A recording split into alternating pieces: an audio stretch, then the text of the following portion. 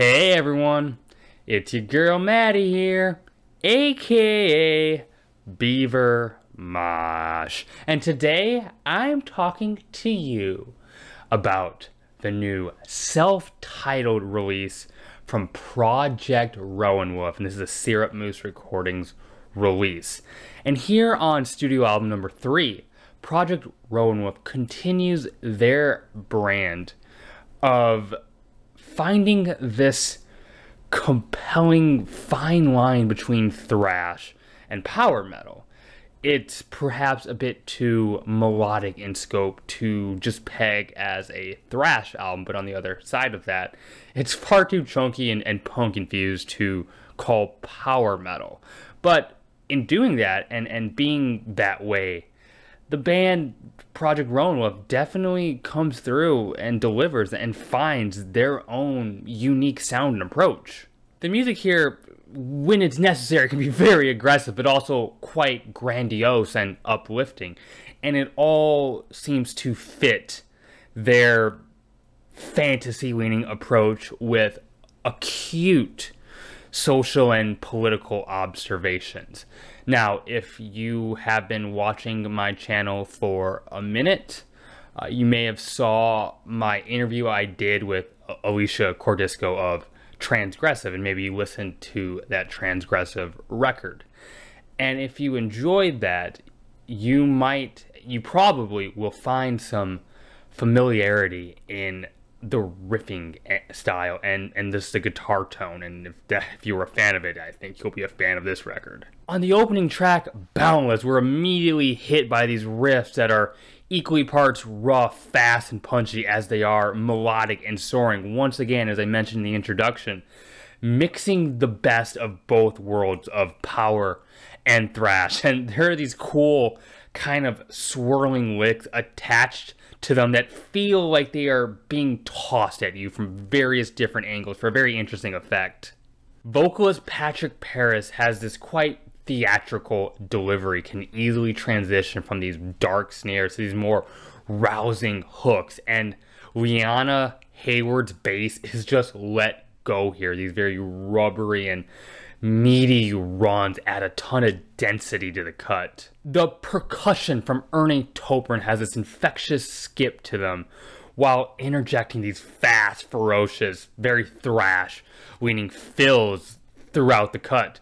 Definitely plays really well with the vocals in the most Project Rowan Wolf kind of way. On Honor the Line, Cordisco brings in a bit of more of a progginess into the riffs with this very intricate and kind of off the grid strumming style and these winding licks. I love the sneering hook delivered quite rhythmically with a disapproving and just angry attitude attached to it. The playing on this record can be complex and tight, but it's heavy as hell and also very, very fun. Things that are often sacrificed for the others. And so when a record can hold all three characteristics in high esteem, like it is here, it's just a ride. Guest guitarist Ashia Lashley is brought on to provide the solos, and on this record, they definitely shred, but there's also this indignation to them that has a real message that lines up with the lyrical topics that the band is penning. You know, painting this dystopian landscape, aka the real goddamn world, for you. Pyramid is just fist-pumping heavy metal. Paris reaches these soaring highs with just so much dynamics.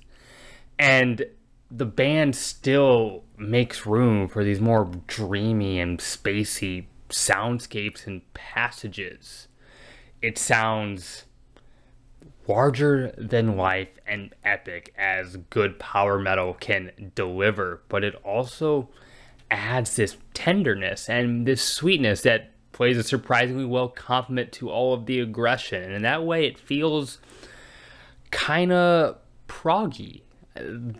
I sense and hear on this record a bit of a progressive metal sensibility that shine through whether it was intentional or not by Project Rowan Wolf. Preexistential Crisis starts with this ominous, finger-picked acoustic intro that you can tell is prepping you for the monstrous riff just around the corner. It feels somewhat Metallica Battery inspired. I really appreciate this kind of sarcastic, strategically aloof passages that Paris brings in. Feels playful in a parody sort of sense.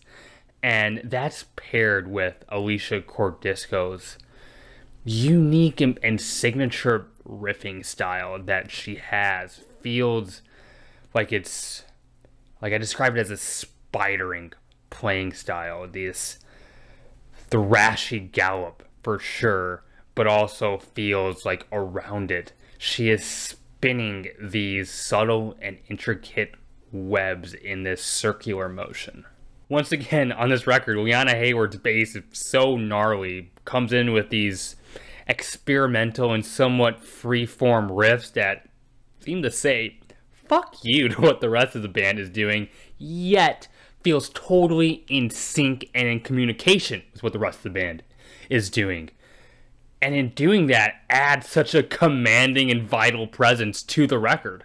On Theater of Sorrow, I love this sort of call and response that the guitar and bass are doing. We'll play a lick and then have it topped by another riff or lick and back and forth, kind of throwing you around in a really fun way. And this bridge, after an exceptionally emotional guitar solo, has a real backbone, feels quite big. The bass and the drums are injecting a firm skeleton on this record. I love the instrumental break on this track as well, just kind of exist on the strength of the riff. Doesn't do anything overly flashy or technical, just trust that the playing is compelling enough on its own to just be there and be demanding. On Saturnus Augmentum, you get plenty of these sweeping harmonies that are very power metal in all of its glory. But also the riffs can be very punishing, has this hammering quality to them paired with these pissed off percussion runs. There is an animosity to this track that I really dig. Paris delivers these witchy screeches that, when coming through paired with the rest of the mix, definitely makes this the most dark and hostile cut on the record. Pearls Before Swine is the longest cut at around 9 minutes and 30 seconds, and it's just this ambitious piece of music. It starts off with this soft ballad-esque intro. The band is grieving the state of society around them. We cannot be saved. We have been betrayed, Paris cries out. And it's at this moment that everything erupts into something much heavier, and you get these crunchy, thrashy riffs. This album has a lot of those. Lux Edwards from Soul Mass comes in to provide these death growls that add to the tone of disgust the band wants to convey to you.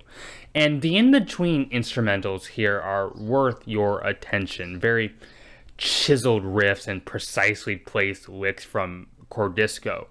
And the drumming from Topran seems to always highlight the emotions of the track perfectly at various points. Towards the latter half, you get these gripping, shouted choral vocals that introduce these very Maiden-esque melodic tale-telling leads. And finally, the track begins to drift into this mournful clean section, only to have Lux roar back in. It's such a powerful, fireworks-inducing moment. There's just really good writing and composition being displayed here. Project Rowan Wolf, the self-titled closing track, ends this record on the most triumphant cut definitely on the record, with such an absolute ripper of a chorus. We Are the Project,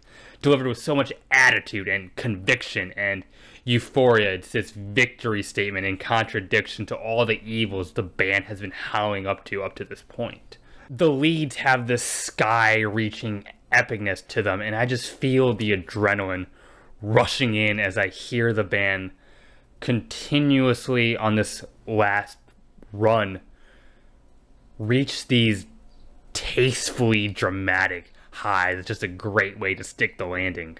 Project Rowan Wolf, with this self-titled release, packs it with riffs, soaring leads, and anthemic choruses. It's just a lot to latch onto, and there's a maturity displayed in the songwriting and the composition that I think will entice people who want music a lit more intricate and complex without being too obscure. If you're a thrash metal fan that seems to have trouble getting into power metal, then this could be a good stepping stone, and vice versa. And it's impressive that a band is able to deliver that so seamlessly. And hey, those are my thoughts. If you enjoyed this video, hit the like button. It'd mean the world to me if you'd consider subscribing, leave a comment. I love getting to engage with those. I have a Twitter you can follow, link to that in the bio of this YouTube channel. And hey, my name is Maddie, aka Beaver Mosh. Keep it metal, signing off.